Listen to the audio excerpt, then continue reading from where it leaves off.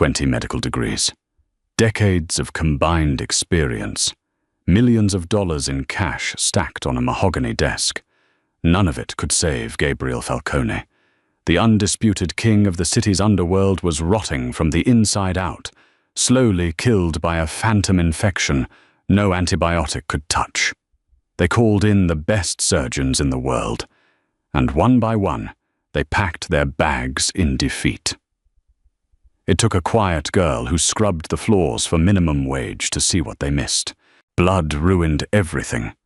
It seeped into the hand-woven Persian rugs, stained the crisp white scrubs of the private nurses, and turned the air inside the sprawling estate heavy with the scent of copper and bleach. Gabriel Falcone lay in the center of his converted library, a king drowning in his own bed sheets. He was 34, built like a heavyweight fighter, and practically untouchable on the streets. A rival syndicate had tried to change that 3 weeks ago with a drive-by shooting. They failed. A single bullet had passed clean through Gabriel's left shoulder, a flesh wound. It missed the artery, missed the bone. The emergency surgery was supposed to be a standard closure. An hour on the table, 2 weeks of rest, and he would be back to running his empire. Instead, Gabriel was dying. Dr. Harrison Cole paced the length of the room, running a hand over his sweating forehead. He was surgeon number 18. The 17 men and women before him had either quit in frustration or been politely escorted off the property by armed guards before they could fail any further. "His temperature is 104, Cole said, staring at the bank of monitors, blinking relentlessly in the dim light. "White blood cell count is plummeting. The necrosis is spreading radially from the incision site. Sepsis is already in the bloodstream. I'm telling you, Carmine, we have to amputate the arm at the shoulder. Tonight, or he's dead by tomorrow noon." Carmine did not blink. Gabriel's underboss stood in the corner, his tailored suit jacket discarded on a leather chair, the heavy shape of a pistol bulging at his waist. He looked at the Ivy League surgeon with dead, flat eyes. "You cut off his arm, Doc, and I cut off yours," Carmine said, his voice a low, gravelly scrape. "You were brought here to fix the infection. The first butcher closed the hole. You just have to make the meat heal." "Why won't it heal?" "Because medicine isn't magic," Cole snapped, his professional composure fracturing under the weight of the death threats. "We have him on every broad-spectrum antibiotic known to modern science: vancomycin, meropenem, zosyn. We've done 3 debridement procedures to scrape away the dead tissue. But the tissue keeps dying. It's like the infection is generating from thin air. I can't fight a ghost." In the far corner of the room, kneeling beside a silver tray of discarded biohazard bags, was Sadie. She wore a grey uniform, her hair tied back in a tight, practical knot. She was invisible. In a room full of mobsters and millionaire doctors, a 22-year-old maid holding a sponge was less than a piece of furniture. Sadie preferred it that way. Invisibility was safety. She had been working at the estate for 6 months, keeping her head down, wiping down baseboards, and ignoring the muffled screams that occasionally echoed from the basement. She needed the money to pay off her late mother's hospital debts. But for the past week, she had been assigned to the library, the trauma ward. Sadie quietly squeezed a rag into a plastic bucket. The water turned a pale, watery pink. She kept her eyes low, but she was always watching. She watched the doctors come and go, bringing in their shiny silver cases and their massive egos. She watched them look at iPads, blood cultures, and MRI scans. What she rarely saw them do was actually look at Gabriel. They treated him like a broken engine, staring at the diagnostic readouts instead of the machine itself. Sadie knew a lot about things breaking down. She grew up in a cramped apartment above a garment factory, raised by a woman who spent 40 years hunched over a sewing machine, fixing mistakes other people made. Sadie knew how things were put together. She knew seams, tension, and threads. She knew what happened when a foreign, incompatible material was forced into a delicate fabric. It puckered, it tore, it ruined the whole garment, Gabriel groaned. The sound was ragged, tearing through the quiet room. His chest heaved, slick with a sickly pale sweat. The heavy bandages wrapping his left shoulder were already weeping a foul-smelling, blackish-yellow fluid. Carmine stepped toward the bed, his tough exterior cracking just a fraction. He gripped the wooden bedpost. "Boss, hang in there. Cole is going to figure this out, or I'll find someone who will." "There is no one else," Cole muttered, pulling on a fresh pair of latex gloves. "I need to change the dressings again. But I am documenting my recommendation for immediate amputation. When he dies, this is not on me." "Everything in this room is on you," Carmine replied softly. Sadie grabbed a fresh roll of gauze and a sterile basin. It was her job to stand by the bed and hold the trash bag while the doctor discarded the rotting bandages. She approached the bed with silent, practiced steps. The smell hit her first. It was overpowering, the undeniable stench of decaying human flesh. But as she leaned in closer, holding the yellow biohazard bag open for Cole, she caught something else, a faint, sharp scent beneath the rot. It smelled like burnt almonds and cheap copper dye. Dr. Cole carefully peeled back the layers of heavy gauze from Gabriel's shoulder. The skin beneath was a horrifying landscape of mottled purple and black. The original entry wound had been sliced open during the repeated debridement procedures, leaving a jagged, gaping crater of muscle and fascia. Sadie held her breath, not because of the gore, but because of that smell. Burnt almonds. Copper. Her mother used to come home smelling exactly like that when the factory took cheap contracts from overseas. Garments sewn with uncertified, chemically treated industrial threads that made the workers' hands break out in blistering rashes. It was the smell of toxic, heavy metal dye. Cole sighed heavily, taking a pair of forceps and prodding the inflamed tissue. "Look at this," he said to Carmine, pointing at the deep muscle wall. "The surface tissue is entirely necrotic. The deep fascia stitches are holding the muscle together, but the tissue around them is just melting. It's acute necrotizing fasciitis. The bacteria is eating him alive." Sadie looked past the doctor's gloved hands. She stared into the wound. The doctor was right about one thing. The deep fascia stitches were holding the muscle together. But Sadie's eyes narrowed.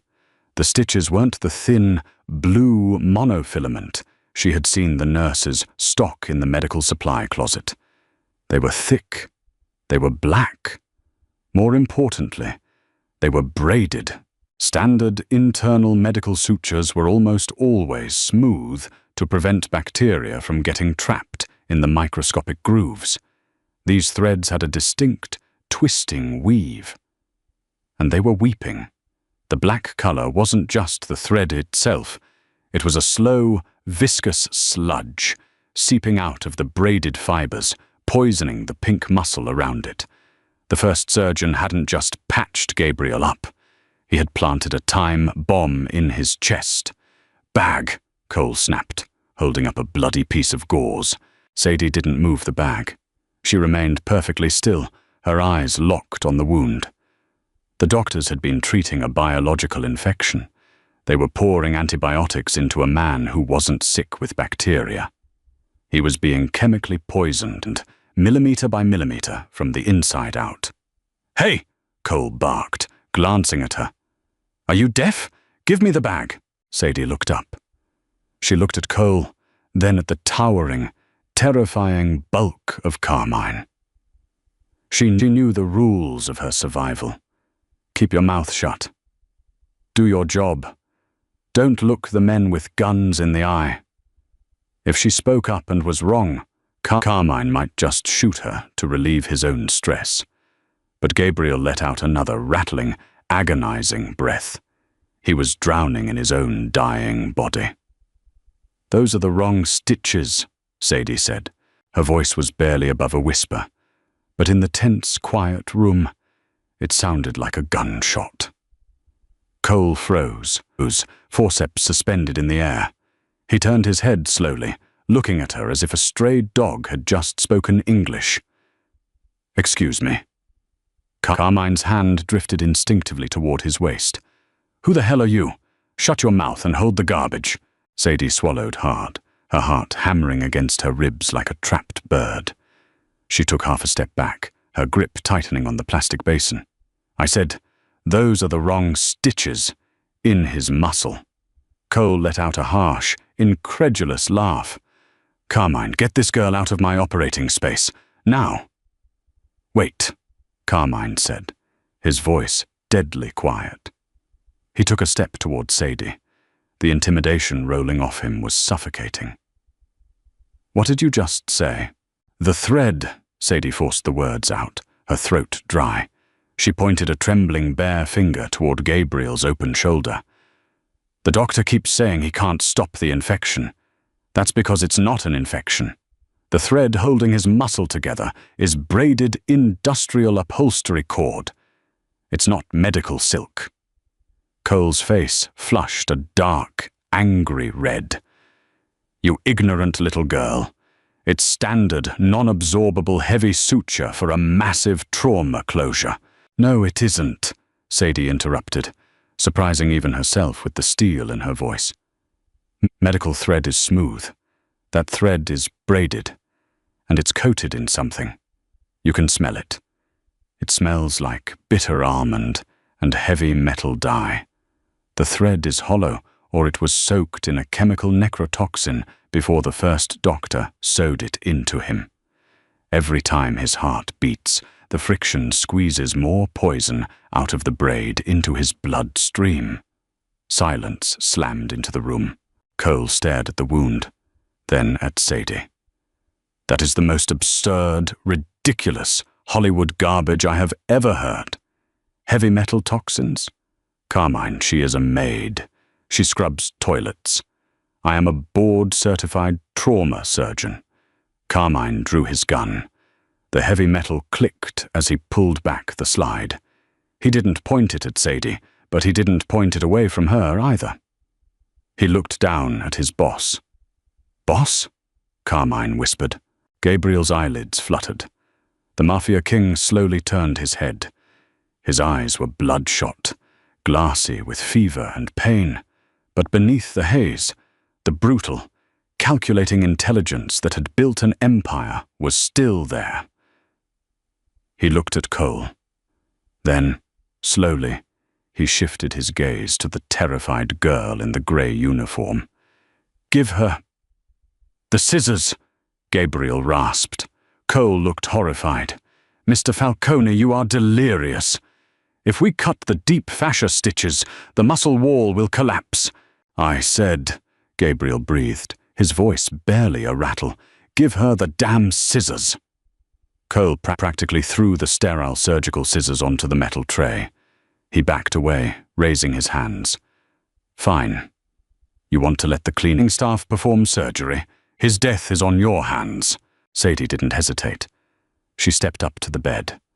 Her hands, which had been shaking a moment ago, suddenly went completely still. She knew thread. She knew scissors. She took a pair of long silver tweezers from the tray and the sharp surgical snips. She leaned over the Mafia Boss. Up close, he was terrifying. A scar ran down his jawline. But right now, he was just a broken seam waiting to be fixed. Sadie slid the tweezers into the wound, ignoring the blood, and clamped down on the thick, black knot buried in the pink muscle. She pulled it taut. With a swift, clean motion, she snipped the thread. She pulled. A long, black, slick piece of cord slid out of the muscle. The moment it was removed, the thick, black sludge stopped pooling. Fresh, bright red blood rushed into the puncture hole, flushing it clean. She moved to the next stitch. Snip. Pull. She pulled 6 poisoned stitches from Gabriel Falcone's chest. When she dropped the final, toxic black thread into the metal basin, it hit the stainless steel with a quiet clink. Silence stretched through the library, thick and suffocating. The only sound was the frantic, erratic beeping of the heart monitor attached to Gabriel's chest. Sadie backed away from the bed. The surgical scissors slipped from her fingers, clattering against the silver tray. Now that it was over, the adrenaline evaporated, leaving her hollow and trembling. She looked down at her hands. They were smeared with the mob boss's blood. She had just performed amateur surgery on the most dangerous man in the city, overriding a board-certified doctor while a hitman watched with a loaded gun. She was going to die. If the poison didn't kill Gabriel, Carmine would shoot her for mutilating him. "What did you just do?" Cole whispered, his voice pitching up in panic. He rushed to the bedside, shoving Sadie out of the way.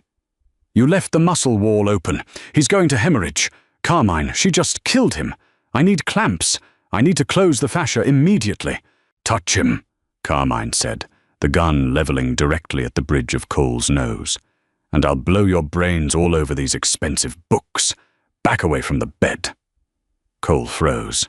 He raised his bloody, gloved hands, retreating step by slow step.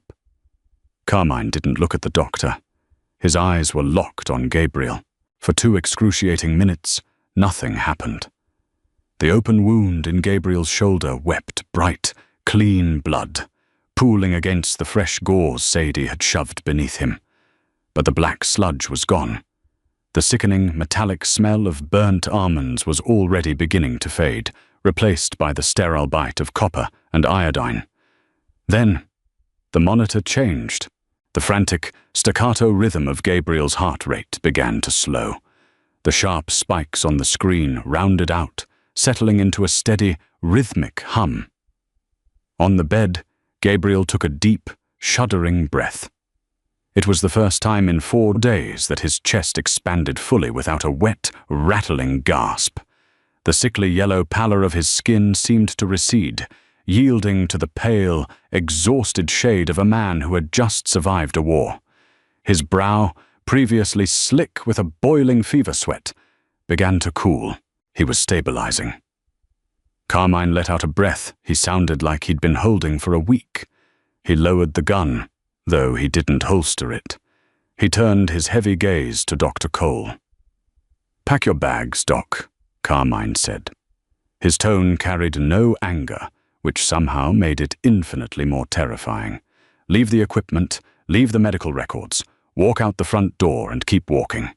If I ever see your face in this city again, I won't bother asking for a second opinion." Cole didn't argue.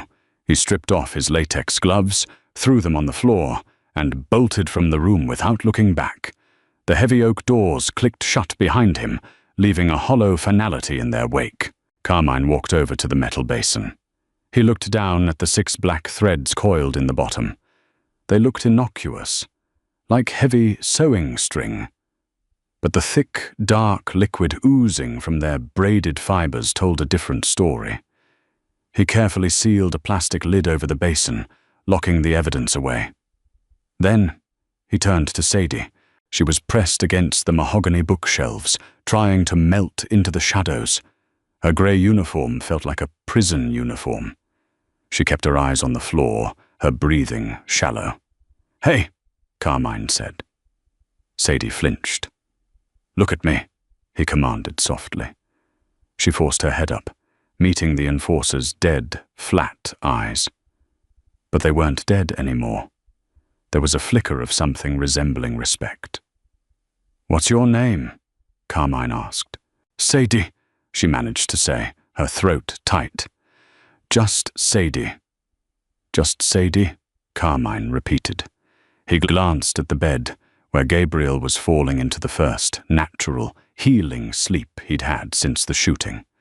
"Where did you learn about upholstery thread? You a seamstress?" "My mother was," Sadie said, keeping her answers short. She worked in a garment factory.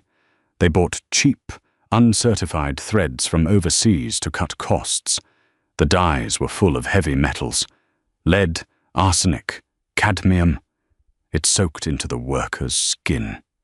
She came home smelling like bitter almonds every night. Her hands blistered so badly she lost her fingerprints. I know what chemical rot looks like. Carmine absorbed this quietly. He looked at her bare, unblistered hands. And the stitches? I fixed her mistakes, Sadie whispered. When her hands hurt too much to hold the needle, I did the piecework at night. I know how to pull a thread without tearing the fabric. Carmine nodded slowly. He reached into his jacket pocket and pulled out a thick wad of $100 bills bound in a rubber band. He tossed it onto the small table next to Sadie. It hit the wood with a heavy thud. It was more money than she made in a year scrubbing floors. Go clean up, Carmine told her. Take the money. Go down to the kitchen and get something to eat. But don't leave the estate. You belong to the boss now. Sadie stared at the money. She didn't want it. She wanted to walk out the back door, get on a bus, and disappear into the anonymous grind of the city. Taking money from the Falcone family meant you owed them. It meant you were in the ledger. I just want to go home, Sadie said, her voice shaking but stubborn. Carmine smiled. It was a terrible, grim thing. You saved Gabriel Falcone's life. Whoever paid that first doctor to put poison in his chest is going to find out he survived. And when they do, they are going to look for the person who pulled the stitches. You walk out that door, you're dead by morning. This house is the only thing keeping you breathing. He turned back to Gabriel, dismissing her. Sadie looked at the cash, then at the sleeping king on the bed. She had cut the thread that was killing him. But looking at the heavy oak doors, she realized she had just tied herself to a much more dangerous string. 3 days later, the smell of bleach in the library was gone, replaced by the scent of black coffee and roasted garlic. Gabriel Falcone sat propped up against a mountain of down pillows. His left arm was strapped in a sleek black sling, the shoulder freshly bandaged with clean, white, unpoisoned gauze.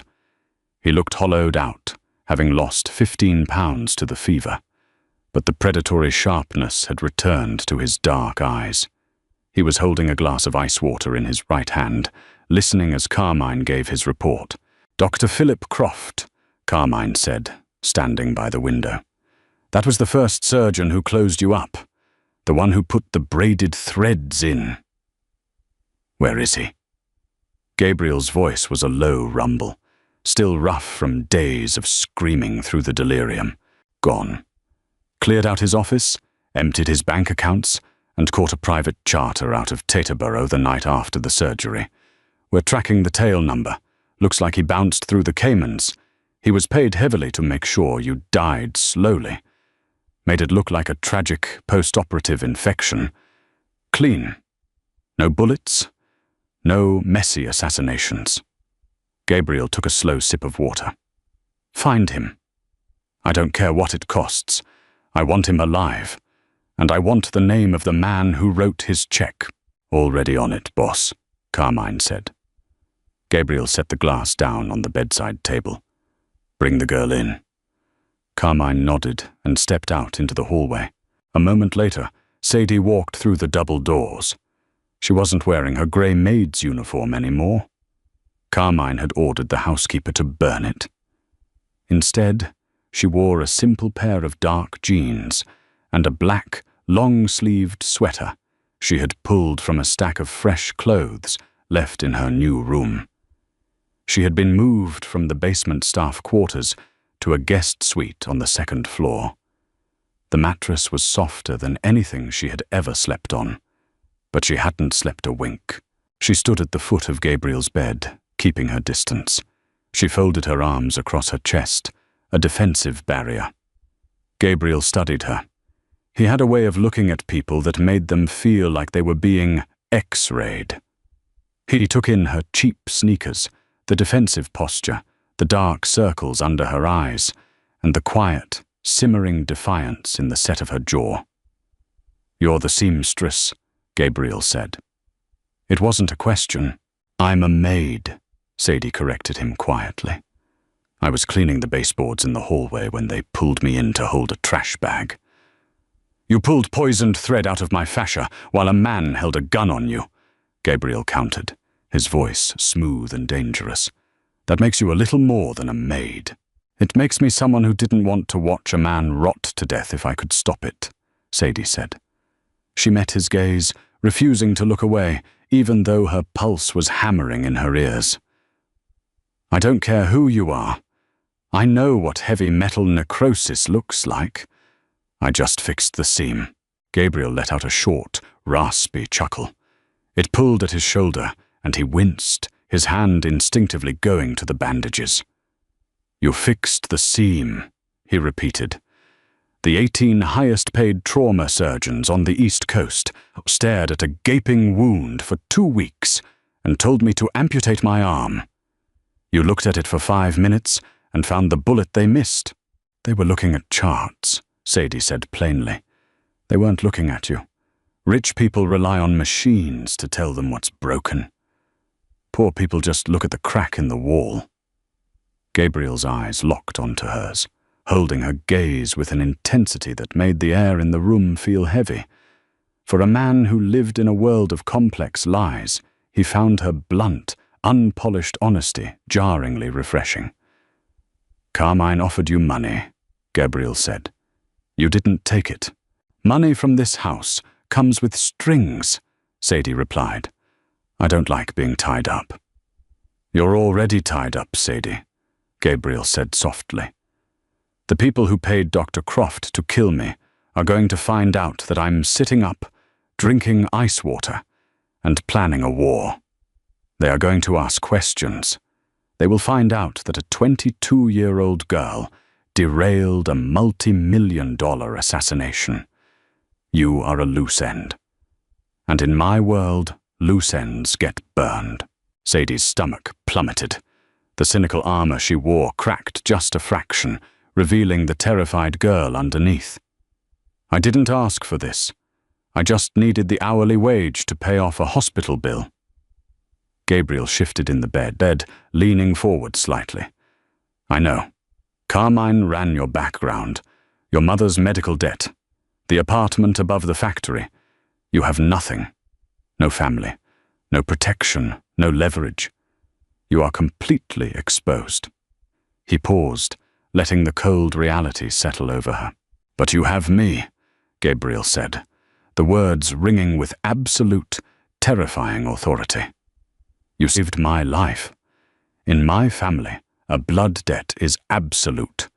You gave me back my life, so I am going to protect yours.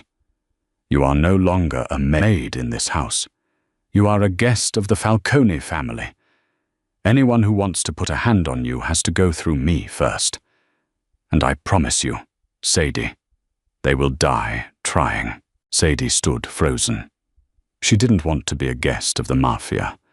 She wanted her quiet, invisible life back. But looking at the scarred, ruthless king sitting in the bed, she realized that her old life was gone the moment she picked up those scissors. "What do I have to do?" she asked, her voice a fragile whisper. Gabriel leaned back against the pillows, his eyes never leaving hers. "Just survive," he said. "And help me find the bastard who sewed me up." Sweat dripped from Gabriel's chin, hitting the hardwood floor with soft, rhythmic slaps. He was out of bed, ignoring the protests of his private nurses. He stood in the center of the library, his right hand gripping a heavy iron kettlebell, his left arm still bound tightly in a black sling against his chest. His bare torso was a road map of violence. Bullet grazes, old knife wounds, and the jagged, puckered skin of his freshly healing shoulder painted a picture of a man who survived by refusing to stay down. Sadie stood in the doorway, holding a tray with a glass of ice water and a small plate of plain toast. She watched him work. Every time Gabriel hoisted the weight, his jaw clenched tight enough to crack bone. His breathing was ragged, harsh in the quiet room. He wasn't doing it to build muscle. He was doing it to prove to his own body who was in charge. "You're going to tear the internal tissue," Sadie said quietly. Gabriel stopped. He lowered the iron slowly to the floor, exhaling a long, steady breath. He grabbed a white towel from a nearby chair and wiped down his face, turning to look at her. "Muscle heals stronger when it tears. If I baby the shoulder, the scar tissue will knot up. I'll lose my range of motion." "There's a difference between stretching a scar and ripping a seam," Sadie replied. She walked into the room, setting the tray down on the desk. "You push too hard, you bleed out internally. And I don't have any more sterile scissors." Gabriel offered a faint, dry smile. It changed his face, making him look less like a syndicate boss and more like a tired, dangerous man. He walked over to the desk, picking up the ice water. "Fair point. I prefer you keeping your hands out of my chest cavity anyway." He drank the water down in one long pull, watching her over the rim of the glass. Sadie wore her borrowed clothes like armor, her posture stiff. She was a ghost haunting a billionaire's mansion, entirely out of her element, but stubbornly refusing to break. "You haven't been sleeping," Gabriel noted. "Your house is too quiet," Sadie said, crossing her arms. "I'm used to the sound of industrial sewing machines downstairs and sirens outside. Silence makes me think something is sneaking up on me. In this business, if it's quiet, something usually is." Gabriel leaned against the mahogany desk. "Carmine ran down your mother's hospital bills. The debt was bought by a collection agency a year ago. They've been garnishing your wages." Sadie stiffened, her eyes narrowing. "That's my business. You don't need to dig into my life." "I do when your life is tied to mine," Gabriel said smoothly. "The debt is gone. Paid in full this morning. You don't owe anyone a dime." Anger flashed across Sadie's face, hot and immediate. "I didn't ask you to do that. I told you, I don't take money with strings." "It's not a string. It's a severing," Gabriel countered, his voice dropping a register, hardening into the tone that ran an empire. "You saved my life. I clear your ledger. That is how a transaction works. I don't like owing people, Sadie, especially people who aren't in the game. Now we are even." Before Sadie could fire back, the heavy oak doors swung open. Carmine strode in, holding a manila folder. The enforcer took one look at the tension between them and wisely ignored it, stepping straight to Gabriel. "The lab results came back on the thread we pulled out of you," Carmine said, tossing the folder onto the desk. Gabriel's demeanor shifted instantly. The bruised, recovering man vanished, replaced by a predator scenting blood. He flipped the folder open. "Read it to me." It's a braided synthetic polymer, heavy on the nylon. The dark sludge leaking from it was a custom chemical cocktail, Carmine explained, pointing at a block of technical text. High concentrations of cadmium combined with a synthetic necrotizing agent. A flesh-eating toxin. The friction of your muscle moving literally squeezed the poison out of the braid. A slow drip. Whoever engineered this knew exactly what they were doing. Gabriel stared at the paper. "Can we trace the thread?" "That's the problem," Carmine grunted. "The lab says it's industrial, upholstery or heavy canvas, but there's a million suppliers in the city. We could spend a year checking textile warehouses." Sadie moved closer. She looked at the macro photograph of the thread clipped to the report. The weave was magnified, showing the intricate twisting pattern. She leaned over the desk, her eyes scanning the black and white image. "It's not upholstery," Sadie said flatly. Both men turned to look at her. Sadie pointed a small, steady finger at the photograph. "Upholstery thread is typically a 4-ply twist to handle furniture tension. This is a 12-ply diamond braid. See the crisscross pattern in the fiber? That's designed for extreme weather resistance and heavy load-bearing. Gabriel watched her face, fascinated by the sudden shift in her demeanor. When she talked about textiles, the fear vanished. She was an expert in her own element. "So what is it used for?" he asked. "Awnings, heavy-duty tarps, and maritime sails," Sadie answered. She picked up the photo, examining it closer. "But look at the dye. The report says it's heavily concentrated with cadmium. Modern American textile mills banned heavy cadmium dyes years ago. This is cheap import stuff, smuggled, and there's only one place in the city that deals in uncertified, heavy-ply maritime thread." Carmine narrowed his eyes. "Where?" "The old dockyards," Sadie said, dropping the photo back onto the desk. "Pier 42. There's a wholesale supplier there, Miller and Sons. They sell black market textiles to sweatshops that make counterfeit boat covers and industrial tents. If someone wanted untraceable toxic industrial thread to soak in poison, they bought it from Miller." Gabriel closed the folder. A cold, absolute stillness settled over him. It was a terrifying thing to witness. "Carmine," Gabriel said softly, "get the cars ready. We're taking a ride to the docks." Rain turned the cobblestones of the warehouse district into a slick, oily mirror. The air smelled of diesel exhaust, rotting fish, and salt spray. Gabriel's black SUV idled in the shadows of a towering, rusted crane. 2 more sedans sat behind it, engines purring quietly. Inside the lead car, Gabriel adjusted his suit jacket over his black sling. He was pale, his shoulder burning a low, steady ache, but his eyes were sharp. Sadie sat in the back seat, her hands folded tightly in her lap.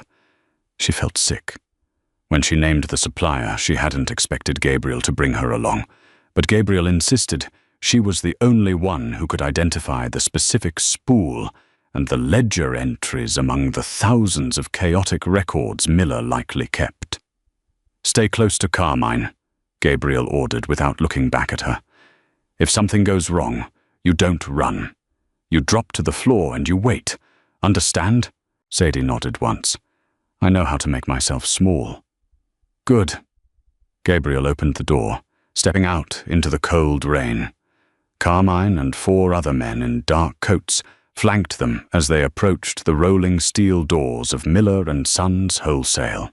It was nearly midnight, but a dim yellow light bled through the frosted glass windows of the office above the warehouse floor. Illegal sweatshops didn't keep banking hours. Carmine didn't bother knocking. He kicked the side door right next to the deadbolt. The heavy boot shattered the wooden frame, and the door slammed inward with a deafening crack. They moved inside like a strike team.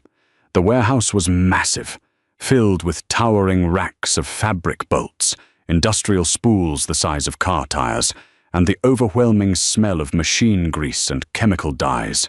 Sadie followed closely behind Carmine. Her heart pounded against her ribs. The smell brought her right back to her childhood.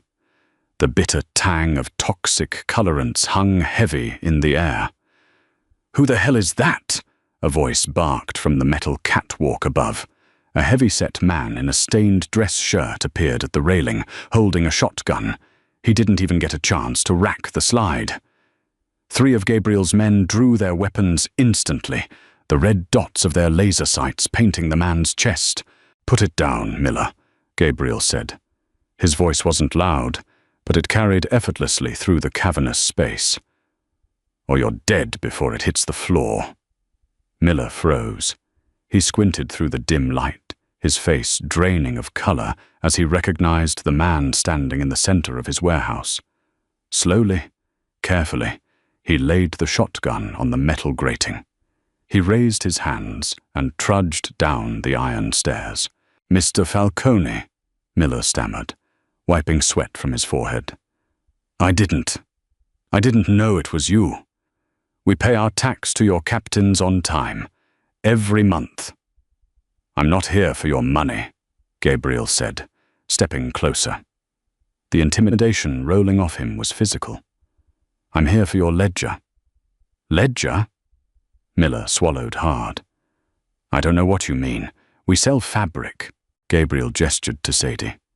She stepped forward, her legs feeling like lead, but she forced herself to meet Miller's panicked eyes.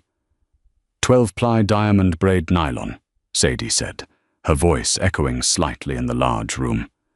Dyed black. Heavy cadmium concentration. You sold a small spool of it about a month ago. Someone needed it, and they needed it off the books. Miller looked at Sadie, confused by the young girl in the middle of a mafia hit squad. I sell thousands of miles of thread. I don't remember every spool. Carmine drew his pistol, pressing the cold steel barrel directly under Miller's jaw. Remember harder. Okay, Miller choked out, his eyes wide. The back office, the blue binders, cash sales. It's in there. Gabriel nodded. Show her. Carmine marched Miller to a cluttered desk in the corner of the warehouse floor. The desk was piled high with invoices and fabric samples. Miller pointed a shaking finger at a stack of worn blue binders. Sadie stepped up to the desk. She ignored the men with guns. She focused on the paper. She opened the binder for the previous month, running her finger down the messy, handwritten columns of sales. Yards of canvas, gross tons of zippers. Then she found it. Here, Sadie said. She tapped the page. 4 weeks ago, 1 spool, 12-ply maritime black nylon, sold for cash. $5,000. Gabriel stepped up behind her, looking over her shoulder. $5,000 for a spool of string. It's hush money, Sadie said quietly. Nobody pays that much for thread unless they are paying for the supplier's silence. Gabriel looked at Miller. The warehouse owner was trembling violently now. Who bought it, Miller? A doctor, Miller whispered, his voice cracking. A fancy guy in a suit. Said he needed it for a private project. Paid cash. Dr. Croft, Carmine muttered. Gabriel leaned over the desk, invading Miller's space. And who introduced Dr. Croft to you? A high society surgeon doesn't just wander into a black market dockyard looking for untraceable thread. Someone pointed him to you. Give me the name. Miller squeezed his eyes shut, shaking his head. If I say his name, he'll kill my whole family. If you don't say his name, Gabriel replied softly, I will burn this warehouse to the ground with you inside it.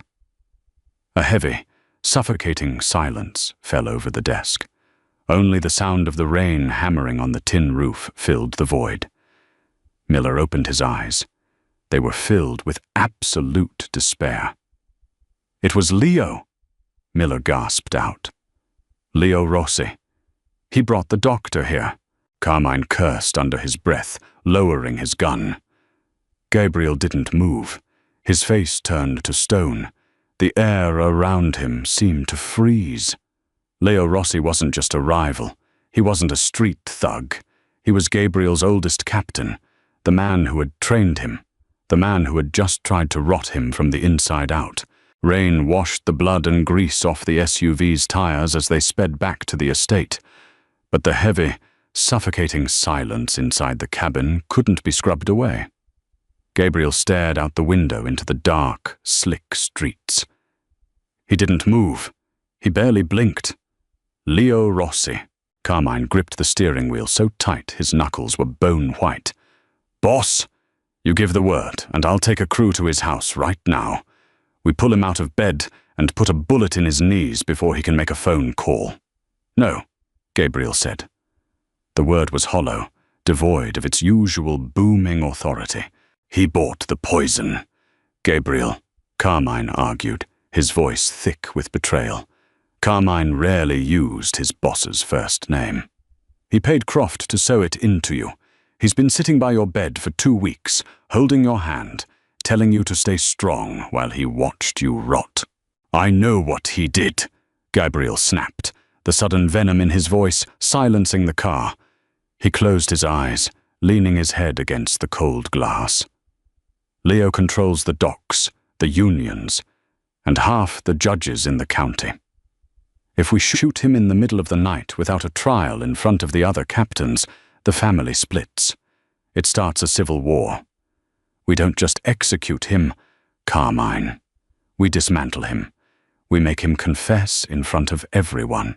In the back seat, Sadie kept her eyes pinned to her lap. She felt entirely out of place, a civilian trapped in a war room. But she couldn't help noticing the dark, wet stain spreading across the shoulder of Gabriel's tailored suit jacket. The exertion at the warehouse had cost him. By the time they reached the estate, Gabriel was pale and sweating again. He bypassed the medical staff waiting in the foyer and walked straight into the library, shutting the heavy oak doors behind him, Carmine and Sadie. He stripped off the ruined jacket, dropping it to the floor. The white dress shirt beneath was soaked with fresh, bright red blood. Carmine cursed. "I'll get the nurse." "Leave the nurses out of it," Gabriel gritted out, bracing his good hand heavily against the desk. "They work for whoever pays them. Right now, I don't trust anyone on the payroll. Just get the first aid kit." Carmine retrieved a heavy white plastic box from the cabinet and set it on the desk. But his massive, calloused hands hesitated over the sterile gauze. He was a man built to break bones, not mend them. Sadie didn't wait for permission. She stepped up to the desk, opened the kit, and pulled out a fresh pair of trauma shears. "Sit down," she told Gabriel. Her voice lacked the trembling fear it held yesterday. The warehouse had changed something. She had seen the monsters in the dark and realized they bled just like anyone else. Gabriel looked at her, his jaw locked in pain, then slowly lowered himself into the leather desk chair.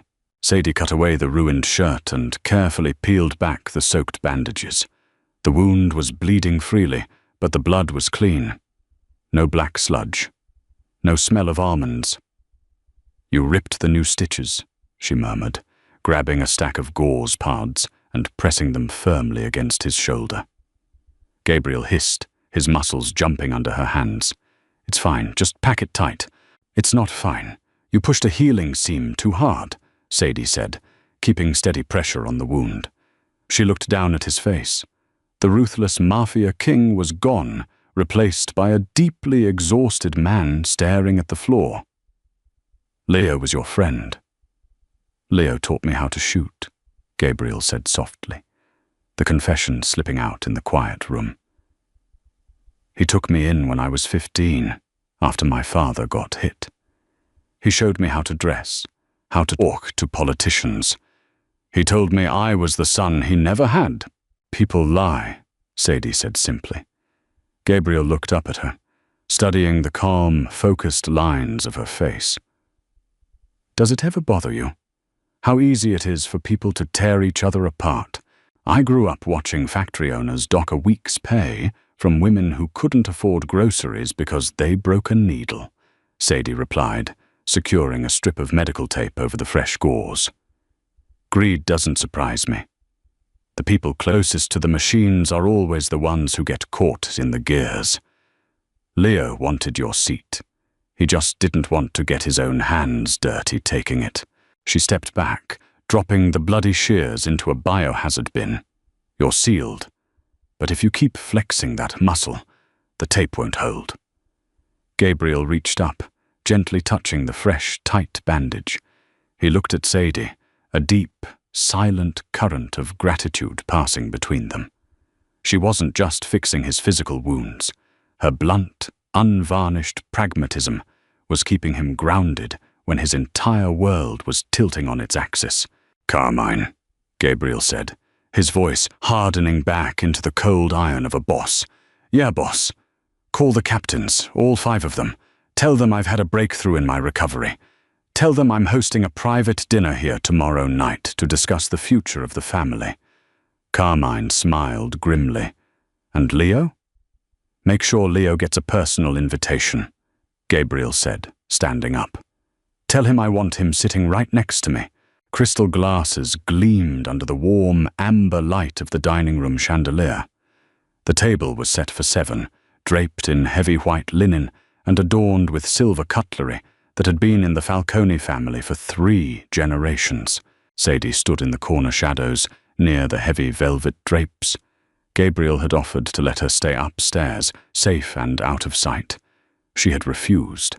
She had pulled the poison from his chest. She wanted to see the face of the man who put it there. She wore a simple black dress, blending into the background, invisible once again. The captains arrived in a wave of expensive cologne, tailored wool, and guarded whispers.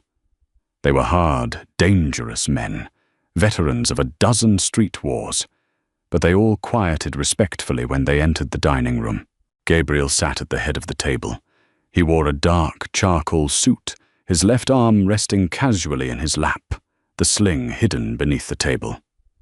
He had spent an hour with the makeup artist from the family's legitimate funeral parlor, ensuring his skin looked paler, sicker, and more exhausted than he actually was. He looked like a man clinging to his last days.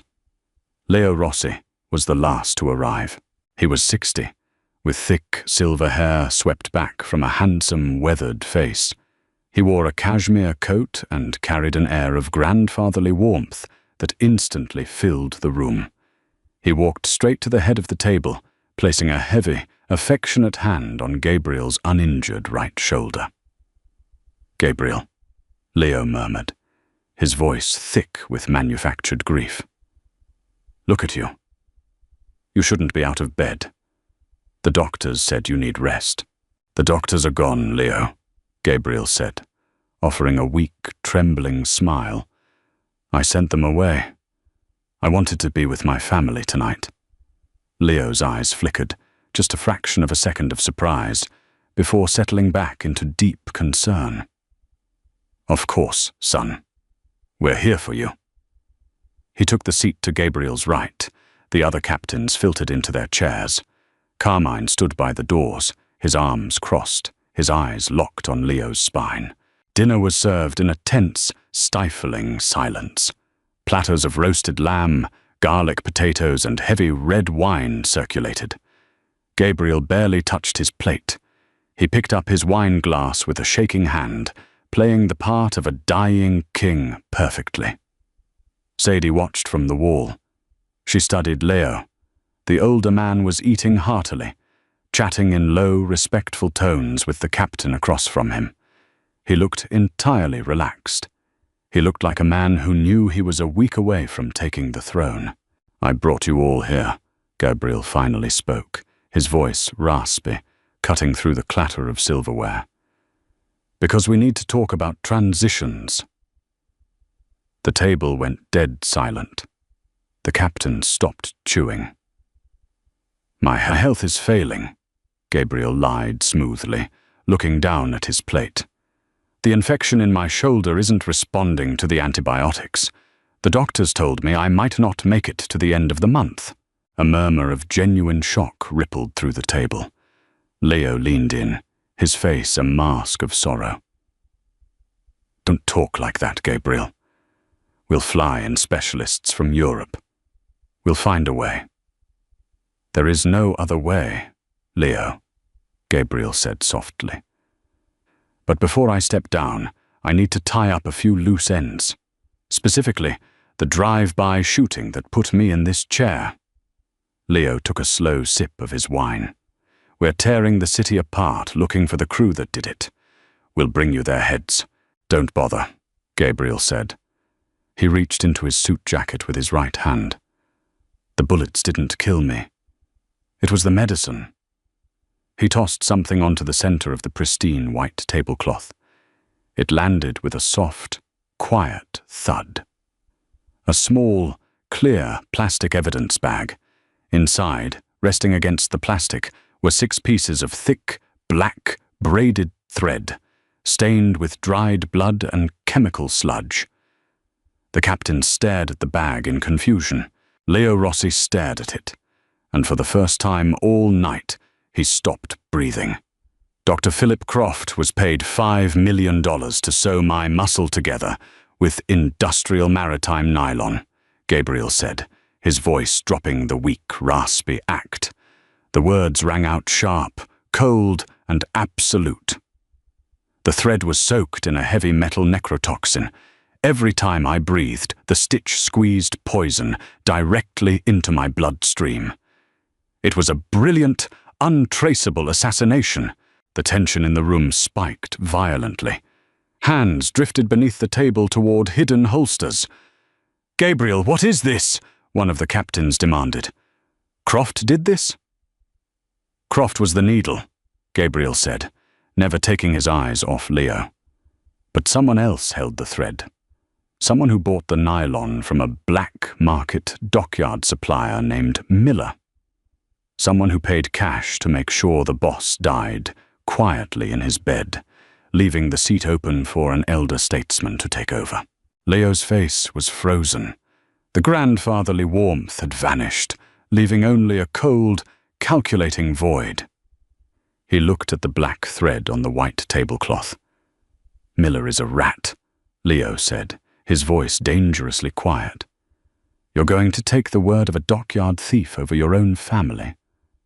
"I didn't say Miller gave me your name, Leo," Gabriel replied smoothly, leaning back in his chair. "You just gave it to yourself." The trap snapped shut. The other captains turned to Leo, the realization dawning on their faces. Gabriel hadn't accused Leo. Leo had just defended himself against an accusation that hadn't been spoken. Leo realized his mistake. His jaw tightened. He looked at Gabriel, the facade completely shattering. "You always were too smart for your own good, kid," Leo whispered. He pushed his chair back, his hand sliding slowly toward the inside of his cashmere coat. From the corner of the room, Sadie's voice cut through the silence like a scalpel. "He's reaching for his left pocket." Carmine didn't hesitate. Before Leo's hand could clear the cashmere fabric of his coat, the enforcer drew his weapon and fired a single deafening shot. The sound cracked through the dining room, blowing out a pane of the bay window and shattering a crystal wine glass on the table. Leo screamed. He slammed backward into his heavy oak chair, his left arm dropping limply to his side. A silver snub-nosed revolver clattered to the hardwood floor, spinning to a stop near Gabriel's polished leather shoes. Instantly, the other 5 captains were on their feet. Chairs overturned, crashing onto the rugs as 5 guns were drawn and leveled at Leo.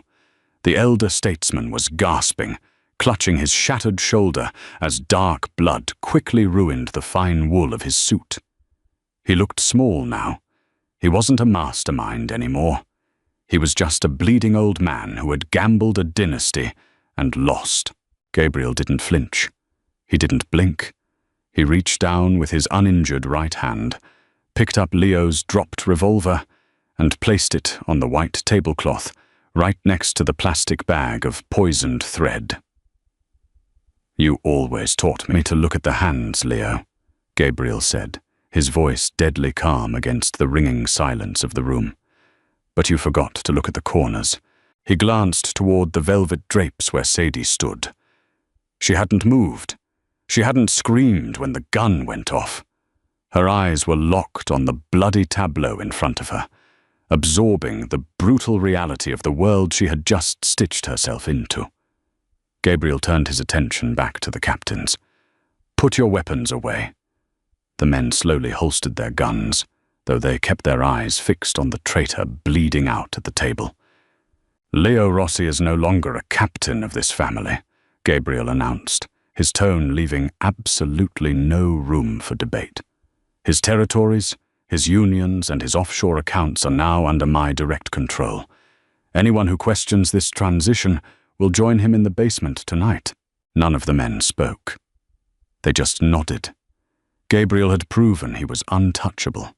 He had survived a bullet and a slow assassination, and he had rooted out the rot from within his own house without showing an ounce of mercy. "Carmine," Gabriel said, waving a hand dismissively. "Take Leo downstairs. Call the cleaner. I don't want a trace of him left in this city by sunrise." Carmine grabbed the older man by the collar of his ruined coat and dragged him from the room. The heavy oak doors clicked shut, leaving behind the suffocating smell of cordite, copper, and roasted lamb. Gabriel dismissed the rest of the captains with a single look. They filed out quietly, eager to distance themselves from the blood on the floor. When the room was finally empty, Gabriel let out a long, ragged exhale. The adrenaline was fading, and the heavy, dull ache in his left shoulder was returning with a vengeance. He stood up slowly, stepping over the shattered glass, and walked toward the corner where Sadie was waiting. She looked up at him. She didn't back away. "You saw the pocket," Gabriel said softly. His coat shifted. Sadie replied, her voice remarkably steady. When he reached, the fabric pulled tight across his chest. People don't reach inside their coats when they're angry unless they have something heavy to pull out. Gabriel stared at her. She wasn't a killer. She wasn't a mobster. But she understood the mechanics of the world better than men who had lived in it for decades. She saw the seams. She saw where things were broken, and she knew exactly how they would tear. "You saved my life again," Gabriel said. "I just stated a fact," Sadie murmured, looking down at the blood stain seeping into the Persian carpet. Carmine did the rest. Gabriel reached out with his right hand. He didn't touch her, but he rested his hand on the wall right beside her shoulder, boxing her in slightly, forcing her to look up and meet his eyes. The physical proximity made her heart hammer against her ribs. She could see the dark circles of exhaustion under his eyes, the brutal toll the poison had taken on him, yet the raw, magnetic power radiating from him was undeniable. "I offered to clear your ledger," Gabriel said, his voice dropping into a low, intimate register. "I paid your mother's debt. I told you we were even, but we aren't. Not anymore." Sadie swallowed hard. "So what happens now?" "Now I give you a choice," Gabriel told her. "I have a car waiting out back. There is a duffel bag in the trunk with $200,000 in untraceable cash.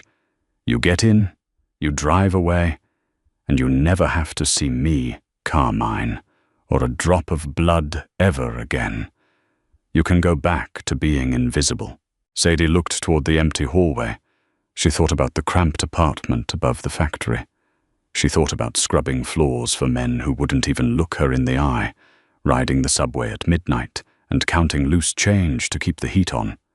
She had spent 22 years keeping her head down, swallowing her pride, hoping the predators of the world would just walk past her. She thought about being safe and poor and entirely alone. Then she looked back at Gabriel. He was damaged, dangerous, and ruthless. But he saw her. He had handed her a pair of scissors when the smartest doctors in the world told him she was crazy. "And the second option?" she asked quietly. Gabriel's dark eyes searched her face. "You stay. Not as a maid, not as a guest. You stay by my side. You see things I don't. You catch the details everyone else misses. I need that. I need you." He paused, the hard edge of his voice softening just a fraction. "But if you stay, Sadie, you can never leave. You become part of the family. Part of me." Silence stretched between them, heavy and absolute. Sadie looked at the table, at the poisoned threads resting in the plastic bag. She had spent her whole life fixing other people's broken seams. It was time she built something for herself, even if she had to build it in the dark. "I'm tired of being invisible," Sadie said. Gabriel smiled. It wasn't the cold, terrifying smile of a mafia boss. It was genuine, finally reaching his eyes. He reached up, gently brushing a stray lock of hair behind her ear. His touch was warm, careful not to break the fragile trust between them. "Then let's get you a new wardrobe," Gabriel whispered. "Because you are never scrubbing another floor As long as I breathe. Sadie started as a maid, scrubbing floors for minimum wage, entirely invisible to the dangerous men who ran the city. But by cutting a single poisoned thread, she unraveled a massive betrayal and claimed a permanent place beside the king of the underworld. Gabriel Falcone learned the hard way that the most valuable person in the room isn't always the one with the gun. Sometimes it's the one who knows exactly where the seams are weak. If you loved this deeply grounded mafia romance and want more gritty, intense stories, drop a like, share this video, and subscribe to the channel.